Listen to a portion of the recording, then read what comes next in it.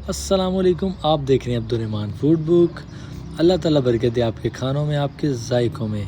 तो आज मैं आपके लिए बहुत ही मज़ेदार किस्म की चटनी लेकर आया हूँ। ये चटनी ऐसी है, यकीन करें इफ्तारी में आप खाएंगे तो नशे में आ जाएंगे। इतनी नशे वाली चटनी है ये, मतलब आपको सुरूर आने लग जाएगा। इतनी मज़ेदार चटनी है।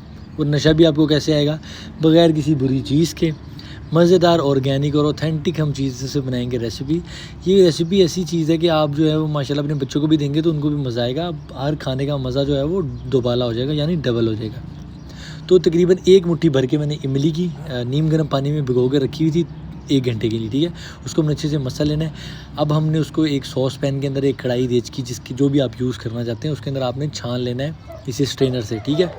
सारा अच्छी तरह से छान के थोड़ा सा खंगाल पानी का डाल के आपने ज़ाया नहीं होने देना, सारा खंगाल लेना है।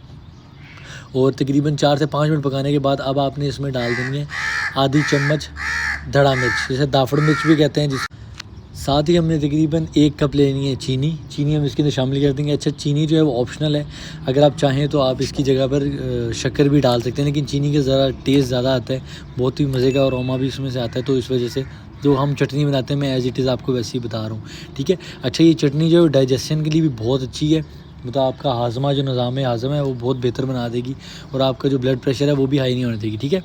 तो इसके अंदर अब हमने डाल लेना है 2 चम्मच कॉर्नफ्लावर का, आधे कप पानी के अंदर घोल कर आपने इसके अंदर शामिल कर देना। और चम्मच आपने कंटिन्यूसली हिलाते रहना है, जैसा कि आप देख रहे हैं कि चम्मच में हिलाता जा रहा हूँ, ताकि ये, क्योंकि एकदम से फिर एक जगह जम जाता है कॉर्नफ्लावर, तो आपने कॉर्नफ्लावर बहुत ज़्यादा भी डाल देना। 2 चम्मच जो है चाय वाले या खाने वाले भी हों तो वो भी ठीक है, ठीक है। अब देखिए माशाल्लाह उबाल आने लग गया।